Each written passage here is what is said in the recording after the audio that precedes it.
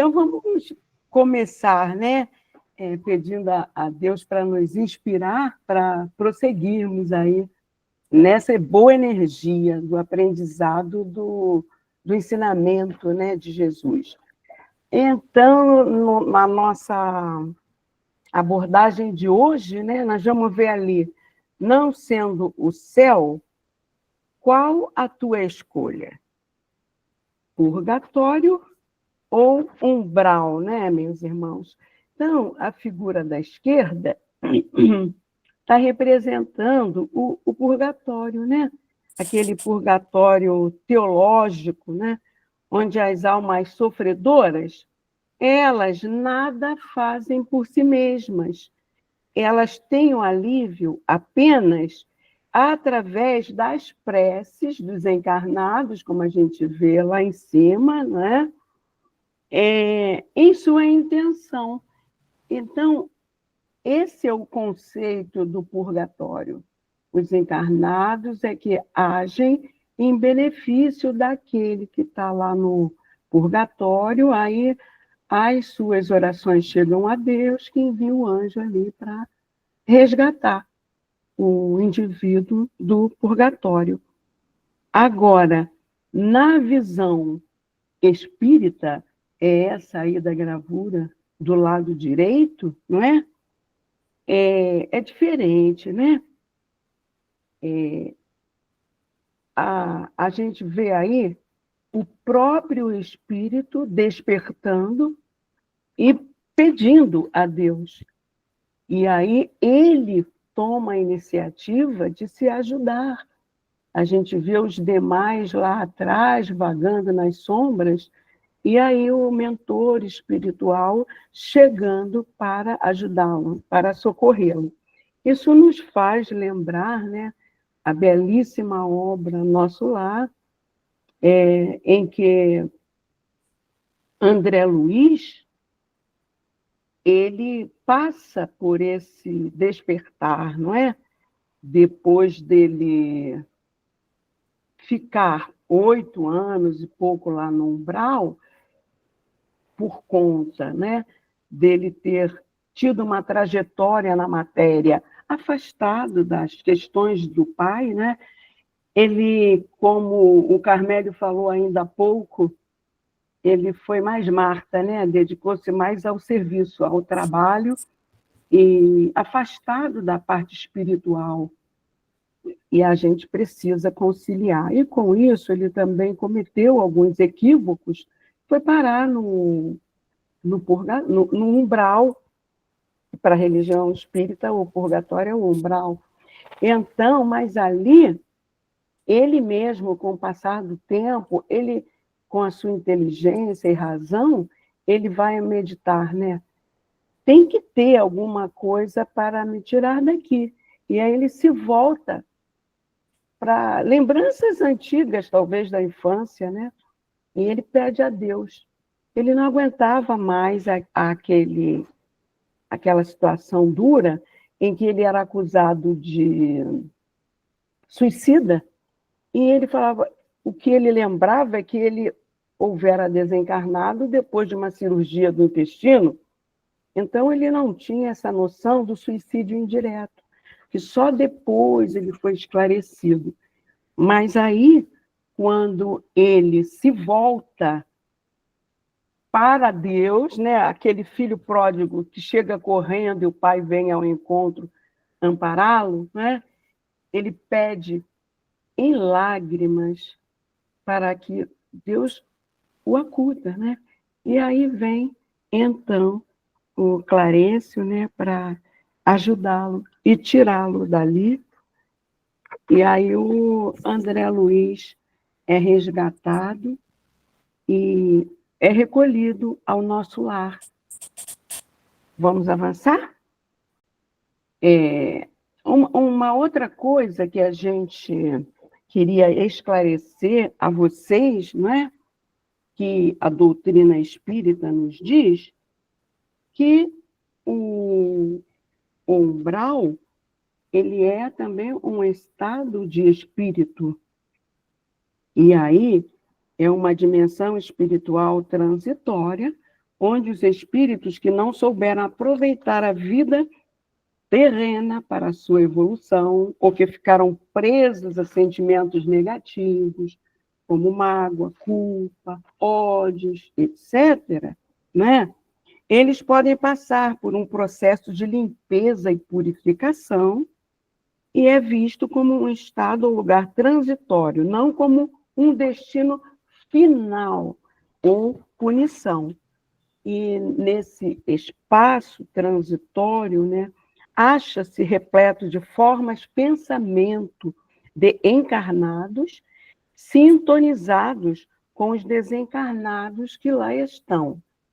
Então, a gente, para exemplificar, mais uma vez, como é um estado consciencial, a gente vai lembrar, mais uma vez, do livro Nosso Lar, capítulo 49, Regressando à Casa, quando o André Luiz, depois de muito insistir com os mentores, ele queria visitar a família, não é?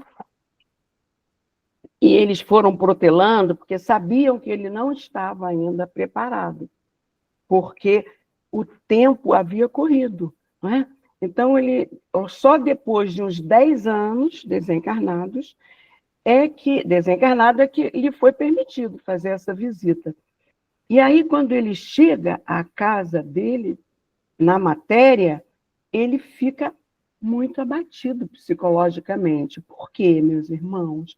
Porque ele encontra a esposa, né, já casada, e sofrendo, porque o segundo esposo estava com uma pneumonia brava, e ela com medo de enviuvar de novo, estava muito aflita.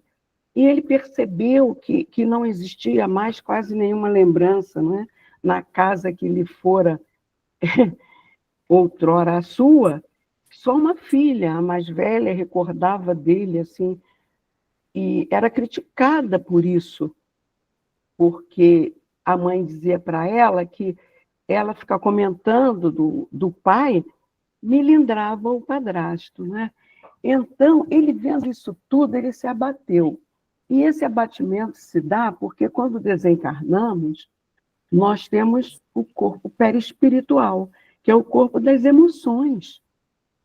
Então, sentimos muito mais profundamente qualquer abalo.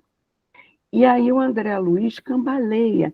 No filme Nosso Lar, isso é representado alegoricamente como ele voltando lá para o umbral, né? Mas é porque ele estava voltando para aqueles sentimentos que nos conecta a esse estado de espírito umbralino, do ciúme, né? Da revolta, de encontrar ali a família dele já toda encaminhada, desligada dele. Então, ele pôde refletir e com os ensinamentos que ele houvera aprendido lá em Nosso Lar, e aí ele falou, ele chegou à conclusão, né? A vida realmente continua e o amor verdadeiro não pode ser posse nem apego, porque nós estamos aqui de passagem, não é verdade? Então, a gente chega aí a essa parte, entendendo esta nota inicial aí, que na 4ª edição, aqui se inicia o capítulo 5, mas nós adotamos a 1ª edição, então por isso é o capítulo 6, o purgatório. Ausência do purgatório nos evangelhos e argumento de justiça. Então, o texto nota que os evangelhos não mencionam o purgatório adotado pela Igreja somente em 593. Então, foi uma inserção da Igreja. O purgatório foi criado pela Igreja. Defende-o como um dogma mais equilibrado que o inferno eterno, por permitir penas temporárias e reparáveis. Sem essa alternativa, haveria apenas extremos: felicidade plena no céu, não é, dos eleitos, ou suplício perpétuo, o que seria injusto para as faltas leves, né? O espírito ficar queimando no fogo do inferno, digamos assim. O homem tem a razão e vai se questionando. E aí a igreja colocou essa situação do meio termo, não é? Que o purgatório traz. Vamos à leitura do item 1? Vamos. Boa tarde. O Evangelho não faz nenhuma menção ao purgatório, que somente em 593 foi admitido pela Igreja. É seguramente um dogma mais racional e mais de acordo com a justiça de Deus do que o do inferno, porquanto estabelece penas menos rigorosas e resgatáveis para as faltas de menor gravidade. O princípio do purgatório, portanto, está fundado na equidade, visto que, comparada à justiça humana, é a detenção temporária ao lado da condenação perpétua. Que se pensaria de um país que tivesse apenas a pena de morte para os crimes e os simples delitos? Sem o purgatório, só existem para as almas duas alternativas extremas: a felicidade absoluta ou o suplício eterno. Nessa hipótese, o que aconteceria às almas culpadas somente de pequenas faltas? Ou elas partilhariam da felicidade dos eleitos sem serem perfeitas, ou sofreriam o castigo dos maiores criminosos sem haverem feito muito mal, o que não seria justo nem racional.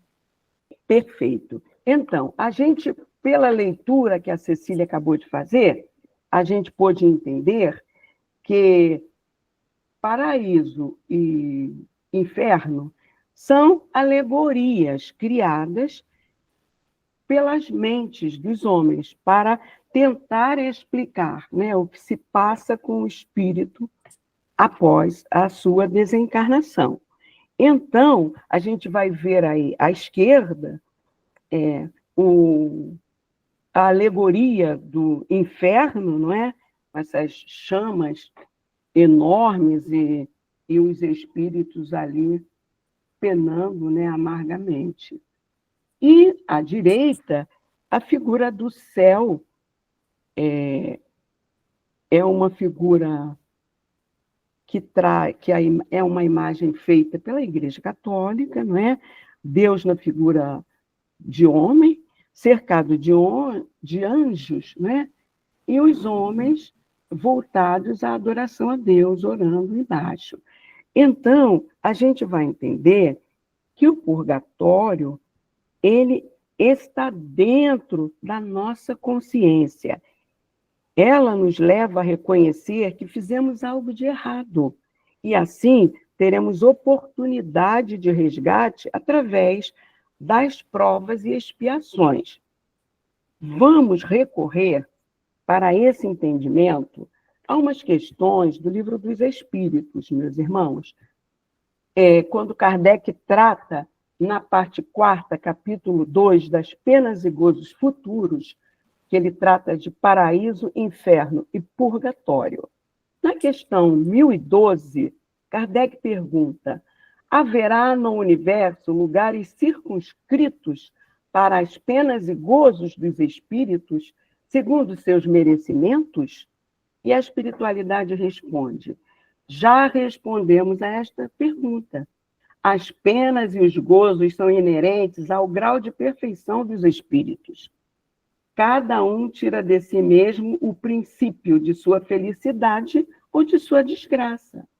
E como eles estão por toda parte, nenhum lugar circunscrito ou fechado existe especialmente destinado a uma ou outra coisa. Quanto aos encarnados, esses são mais ou menos felizes ou desgraçados, conforme é mais ou menos adiantado o mundo em que habitam. Na 1012A, ele pergunta: De acordo, então, com o que vindes a dizer, o inferno é o paraíso e o paraíso não existem, tais como o homem os imagina? Aí a espiritualidade responde: são simples alegorias. Por toda parte há espíritos ditosos e inditosos. Entretanto, conforme também já dissemos, os espíritos de uma mesma ordem se reúnem por simpatia, mas podem reunir-se onde queiram quando são perfeitos. A localização absoluta das regiões das penas e das recompensas só na imaginação do homem existe.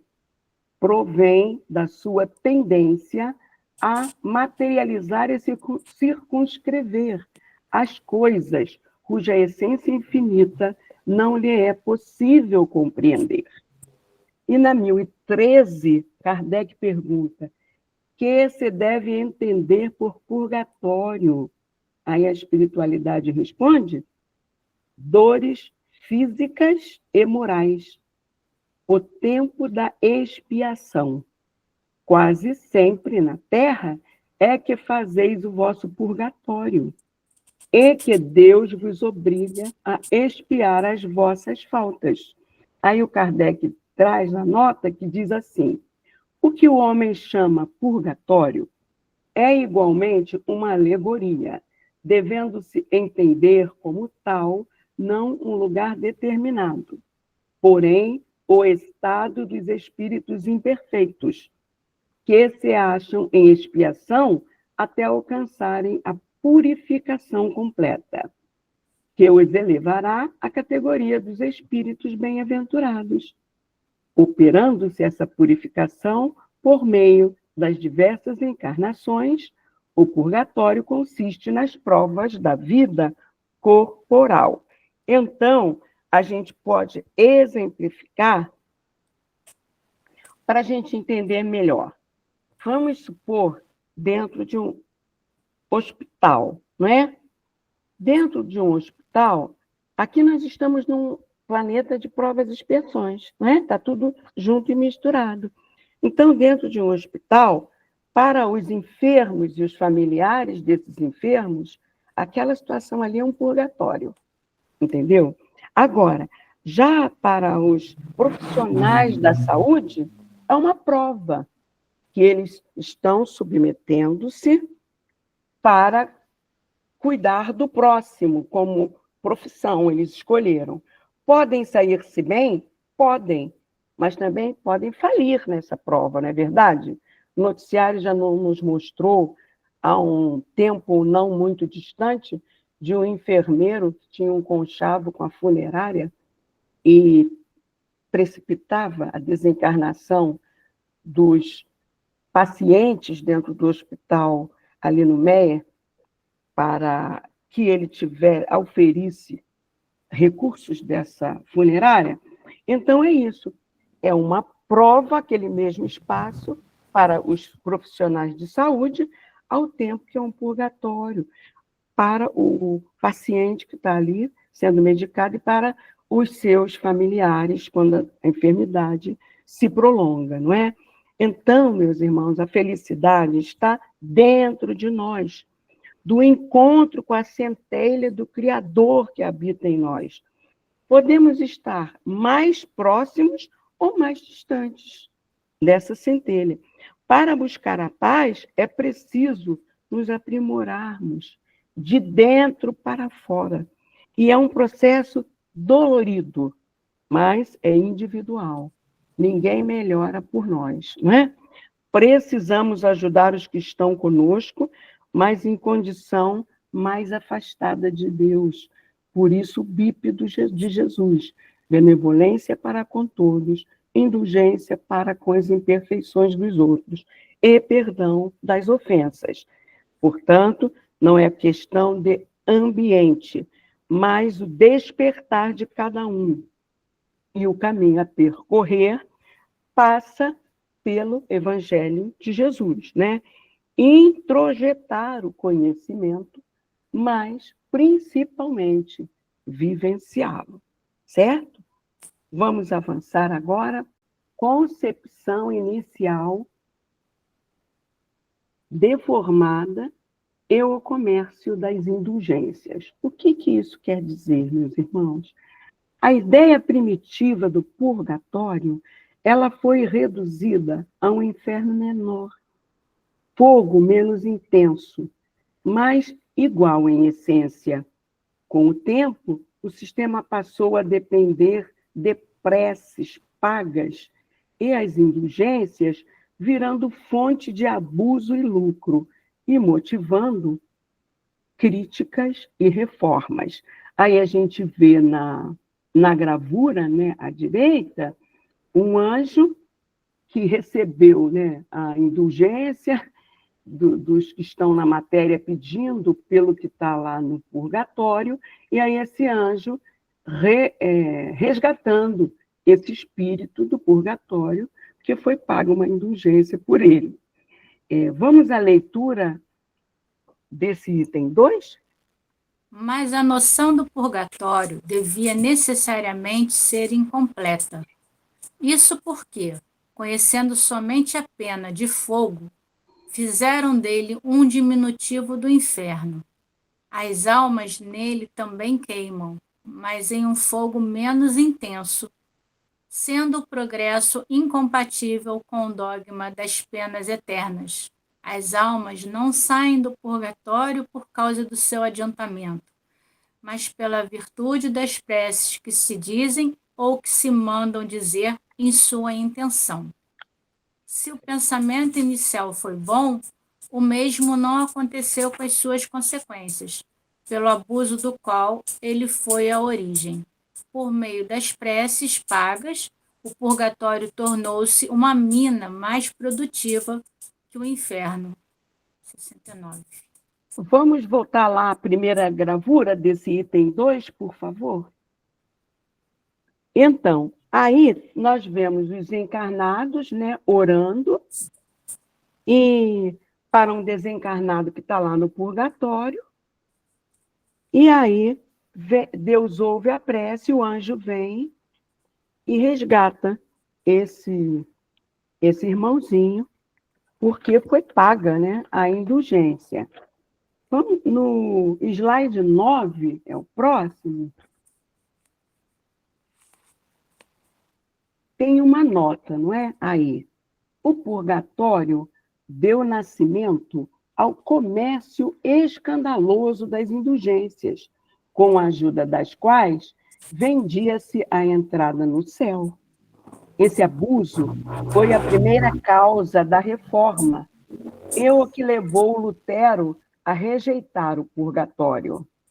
Aí tem um esclarecimento que essa nota de rodapé foi colocada a partir da 4ª edição, não é, meus irmãos?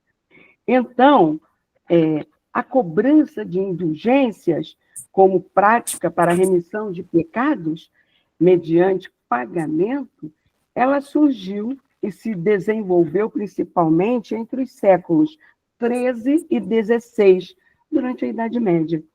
Inicialmente, as indulgências eram concedidas para incentivar a participação em eventos religiosos, como as cruzadas, combate aos inimigos da fé, né? Ou para reduzir as penas nas penitências. No entanto, essa prática foi se tornando cada vez mais associada a doações em dinheiro para a igreja. A prática se transforma em um comércio, com a venda de indulgências se tornando um negócio lucrativo, o que levava a denúncias e críticas.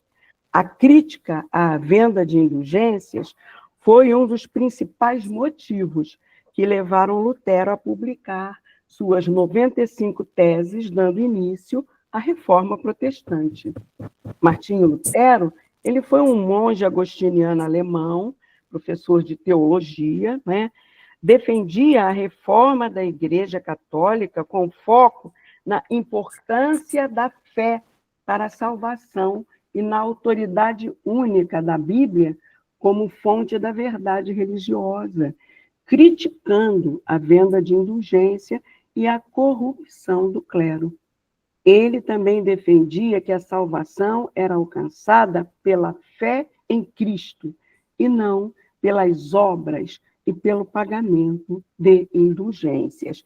E essa figura aí à direita, ela está só mais ampliada, né? Comprovando assim o resgate vinculado ao pagamento da indulgência. Aí o anjo vem arrebatar a pessoa do purgatório. Vamos avançar para o slide número 10?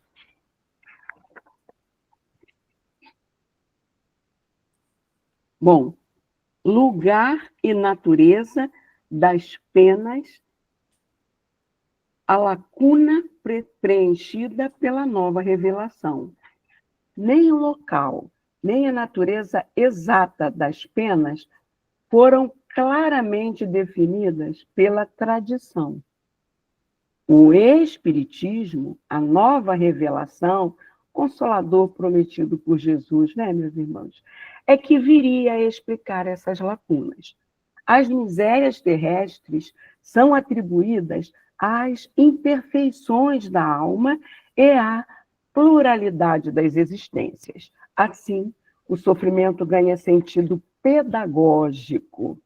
Reparar, aprender e progredir, não é? A gente aprende, quando a gente não aprende pelo amor, aprende pela dor. Então, a gente repara, aprende e progride, não é, meus irmãos? Vamos avançar para o slide 11, por gentileza? Item 3. O lugar do purgatório jamais foi determinado, nem claramente definida a natureza das penas ali sofridas. Estava reservado à nova revelação preencher essa lacuna, explicando-nos as causas das misérias da vida terrestre, das quais somente a pluralidade das existências podia nos mostrar a justiça. Então, a gente vê, só um instantinho, que aí eu explico logo a gravura. Tá. A gente vê aí, meu amor, que representando, né, as consequências da lei de causa e efeito, o cidadão foi em vida passada, não é? Um homem guerreiro, forte, violento, como ele abusou, né? Aí ele vai reencarnar, né? Como um fracote na vida presente, porque abusou do comportamento violento no passado. Vamos continuando a leitura, querida. Essas misérias são, consequentemente, o resultado das imperfeições da alma, visto que, se a alma fosse perfeita, ela não cometeria erros e não teria que sofrer as suas consequências. O homem que, por exemplo, fosse sóbrio e moderado em tudo, não seria presa das doenças que os excessos produzem. A maior parte das vezes, ele é infeliz nesse mundo por sua própria culpa. Mas se é imperfeito, é porque já o era antes de vir para a Terra. Nela, ele expia não apenas as faltas atuais, mas as faltas anteriores que não foram reparadas. Sofre em uma vida de provas o que fez os outros sofrerem em uma outra existência. Então, a gente vai ver que não fugimos, né, da lei de causa e efeito.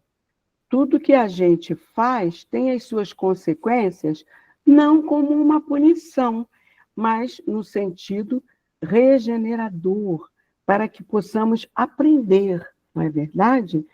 E aí a gente normalmente, quando vê, por exemplo, uma criança com problemas respiratórios sérios, é muito comum nós ouvirmos comentários de pessoas desavisadas falarem assim, olha, puxa, mas como é que Deus permite uma coisa dessa? Uma criança sofrendo tanto, não é? Mas para nós que já temos o esclarecimento doutrinário espírita, a gente já sabe que ali naquele corpinho de criança está abrigado um espírito antigo, imortal, não é verdade? Então, um fumante inveterado, ele lesiona o seu perispírito. E aí ele vai nascer na vida seguinte com problemas respiratórios, bem como, não é, o alcoólatra inveterado que não consegue vencer aquela viciação na vida em curso, ele também vai lesionando o seu perispírito. E é um forte candidato para nascer com problemas de fígado, né? Com problemas nessa região que ele lesionou pela ingestão do álcool, ou quiçá até mental, né, meus irmãos, que às vezes a viciação chega num grau tal que a lesão perispiritual é maior. Então, precisa essa restauração em vida seguinte. Vamos avançar agora.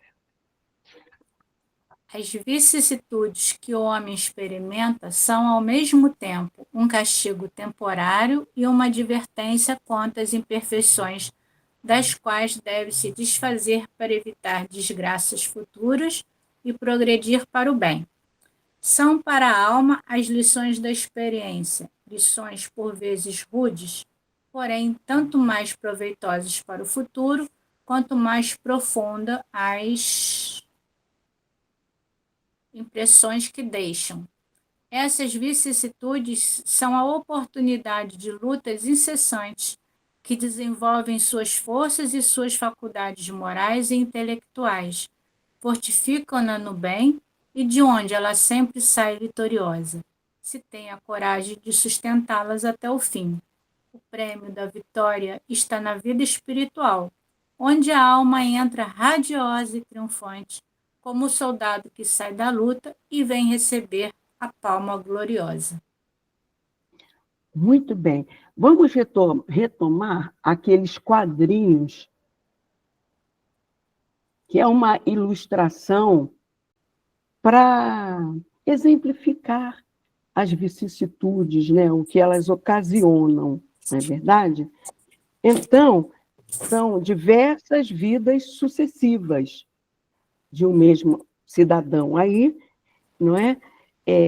Oportunidades reencarnatórias que ele vai tendo e que o Pai concede a ele por misericórdia, né? Como concede a todos nós, por misericórdia, para o nosso aprimoramento, para a nossa iluminação. E a gente sabe que a natureza não dá saltos. Às vezes a gente passa uma existência e não consegue superar uma viciação. Então, são muitas arestas que nós temos a aparar. Daí, as diversas vidas sucessivas. Então, no primeiro quadrinho, a gente vai ver, na vida mais antiga, né, o espírito foi um poderoso guerreiro viking, impiedoso, tá vendo? Ele com o machado na mão, submetendo, né, o que ele dominou. Então, o que acontece? Na vida seguinte, ele retorna como oprimido.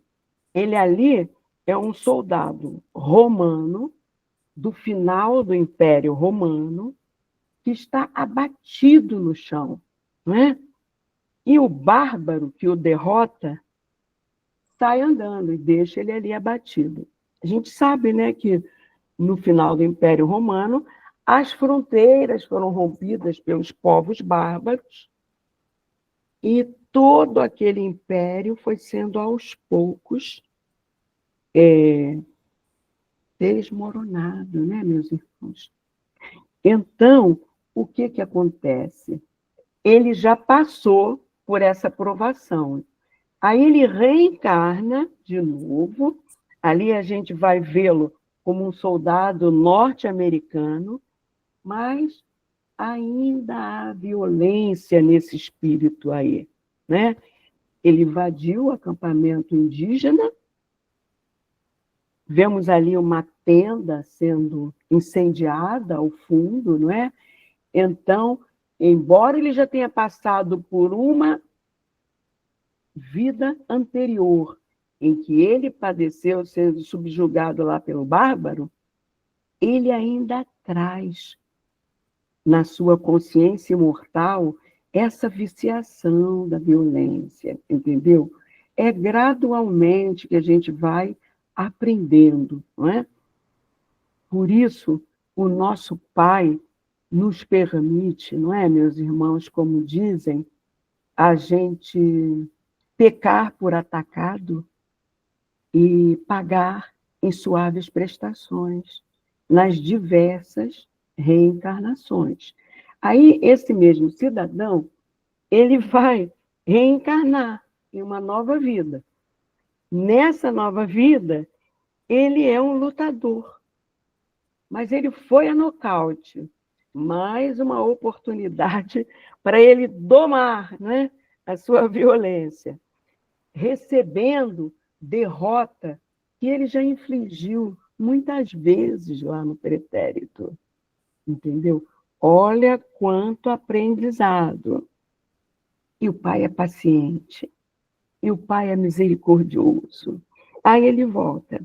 Ele volta como professor de judô.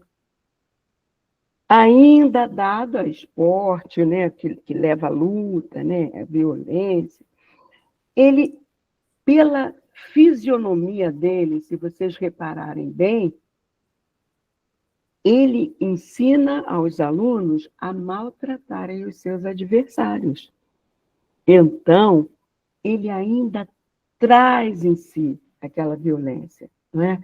Ver quanta coisa esse espírito já passou, mas não foi ainda suficiente. É por isso que vamos tendo diversas existências, não é? Enquanto não conseguirmos domar as nossas imperfeições, nós vamos nos mantendo, não é? Nessa roda de samsara, né? Reencarnando, reencarnando, reencarnando. Na penúltima vida, aí retratada, ele já é um professor de educação física. Quer dizer, já está melhorando, né? Ensina crianças, treinando-as para o bem. Olha a transformação aí sendo evidenciada. Ele já não é mais violento, né? Ele já está trazendo um perfil modificado. E aí, quando ele chega na última encarnação aí retratada, né? Ele já é um corredor de maratona. Então, olha que beleza de transformação ao longo dessa caminhada longa que ele percorreu, né? Do ponto de vista físico, ele continua sendo aquele atleta forte, né? Mas do ponto de vista espiritual, ele denota um progresso, não é verdade? Ele participa de uma Olimpíada, que é um evento fraterno. Ele traz a tocha na mão, né? E os raios da evolução conquistada estão representados aí, iluminando-lhe a cabeça. Ele venceu a má tendência da violência que trazia das vidas passadas.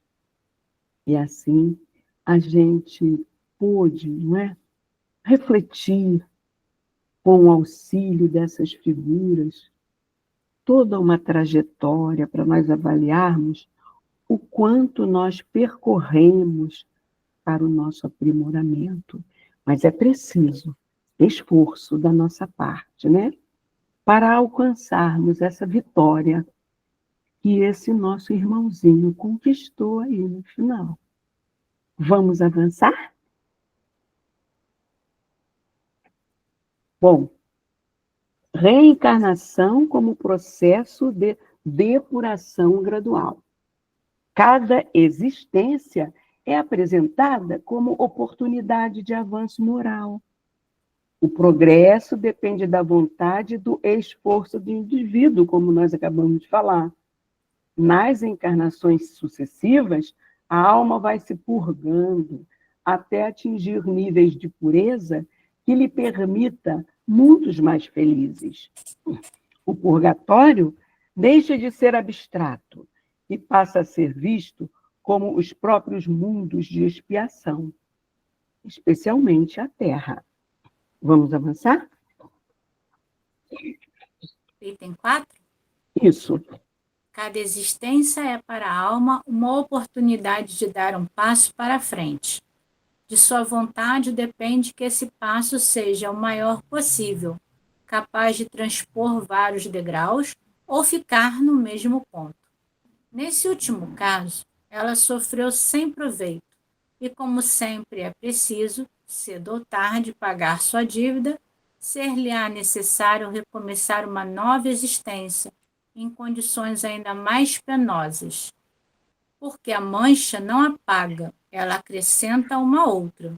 Portanto, é nas encarnações sucessivas que a alma se desprende pouco a pouco das suas imperfeições, em uma palavra que ela se purga, até que esteja bastante pura para merecer deixar os mundos de expiação e ir para os mundos mais felizes e mais tarde deixar esses mundos para desfrutar da felicidade suprema.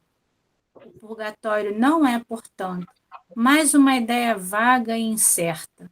É uma realidade material que nós vemos, que tocamos e que sofremos.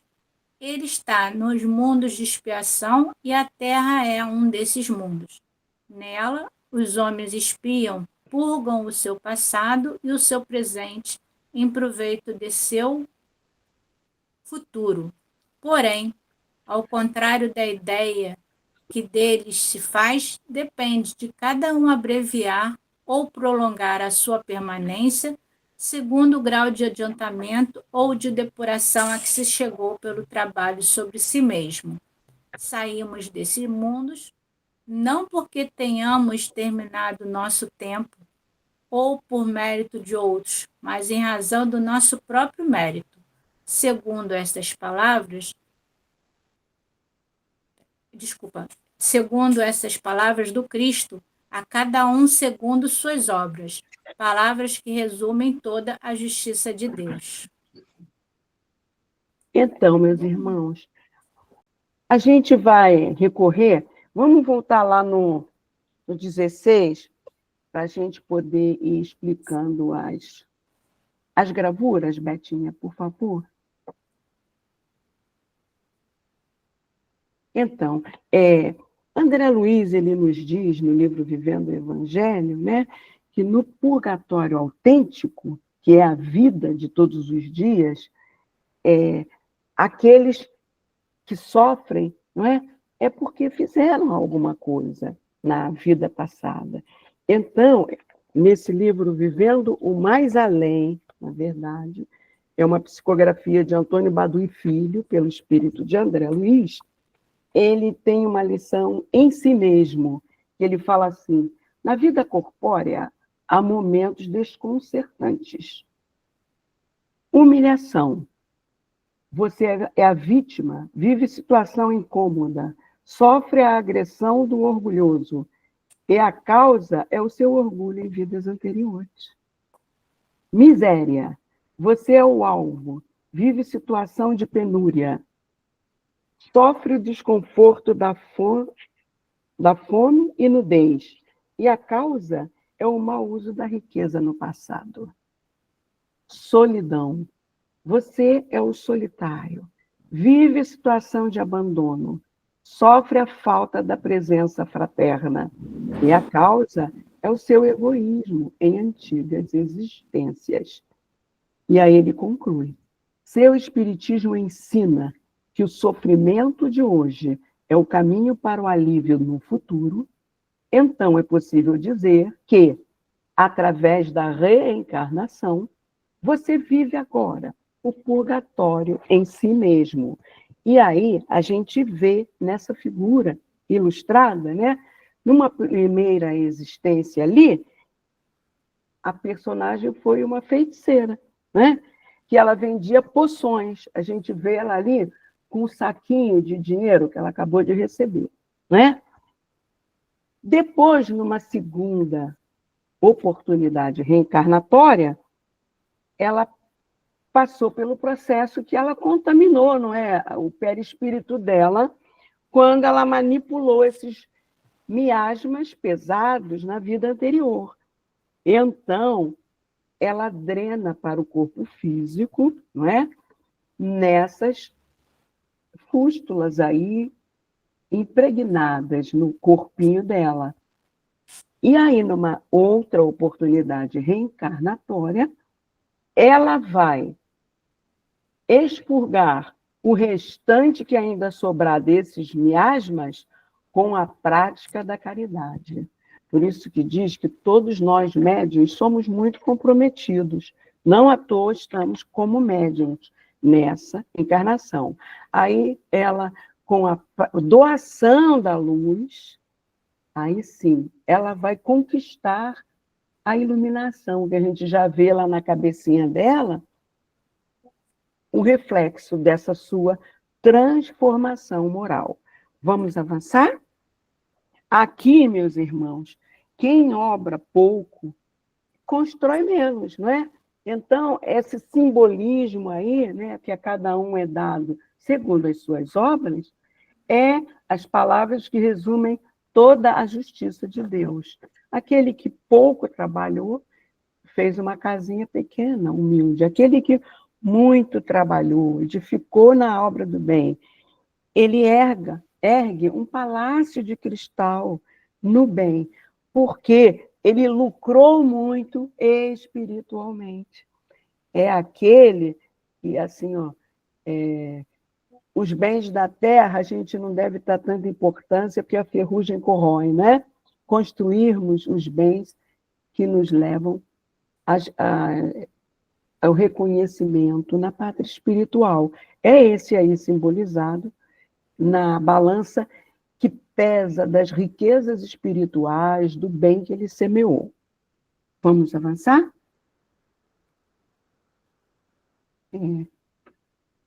Continuação do sofrimento enquanto persistir a imperfeição. O sofrimento presente decorre de falhas não depuradas em vidas anteriores. Se não for corrigido nessa existência, seguirá na próxima. Assim como uma enfermidade só cessa quando curada, o sofrimento moral perdura enquanto houver a causa. O princípio é que a cura moral demanda tempo e trabalho interior, como nós já vimos. Vamos avançar. Item 5. Quanto àquele que sofre nesta vida, deve dizer-se que isso acontece porque ele não se depurou suficientemente na sua existência anterior e que, se não o fizer durante esta, ainda sofrerá na próxima existência. Isso é ao mesmo tempo justo e lógico. O sofrimento, sendo inerente à imperfeição, sofre-se tanto tempo quanto se é imperfeito, como se sofre de uma doença tanto tempo quanto não se esteja curado. Assim é que, enquanto um homem for orgulhoso, sofrerá as consequências do orgulho. Enquanto for egoísta, sofrerá as consequências do egoísmo. Pois é, meus irmãos, então o orgulho e o egoísmo são os grandes obstáculos ao progresso espiritual, não é verdade? São vícios que impedem a evolução humana, e ambos estão sempre interligados, com o orgulho muitas vezes servido de base para o egoísmo. Vamos avançar para o nosso último slide. E aí, o Espiritismo propõe a superação desses vícios através do desenvolvimento da humildade, da caridade e do amor ao próximo. E aí, nessa última ilustração, a gente vai ver o cidadão numa primeira existência ali, a mais antiga retratada, dono de uma fábrica, um homem prepotente, não é? Em cima de um palanque, falando austeramente com os operários ali submissos a ele. Numa segunda existência, no meio da figura, né? Ele, sujo, operário de fábrica, o chefe dando enorme bronca nele, e ele de cabeça baixa, humilhado, mas ele ainda não superou essas imperfeições. Aí ele chega à casa e desconta na esposa todo o descarrego que ele recebeu lá do seu chefe. Então, como a cada um segundo as suas obras, ele, num processo reparador, reencarna como um servo, né? Porque ele não aprendeu ainda, né? E em condições de humilhação, ele passa a ser um pedinte para o seu aprendizado, esmolando, né, meus irmãos? É isso. Precisamos, então, aproveitarmos todos esses ensinamentos evangélicos para que nossas existências futuras sejam cada vez melhores, né? Caminhando em direção à luz do nosso Pai. Muita paz.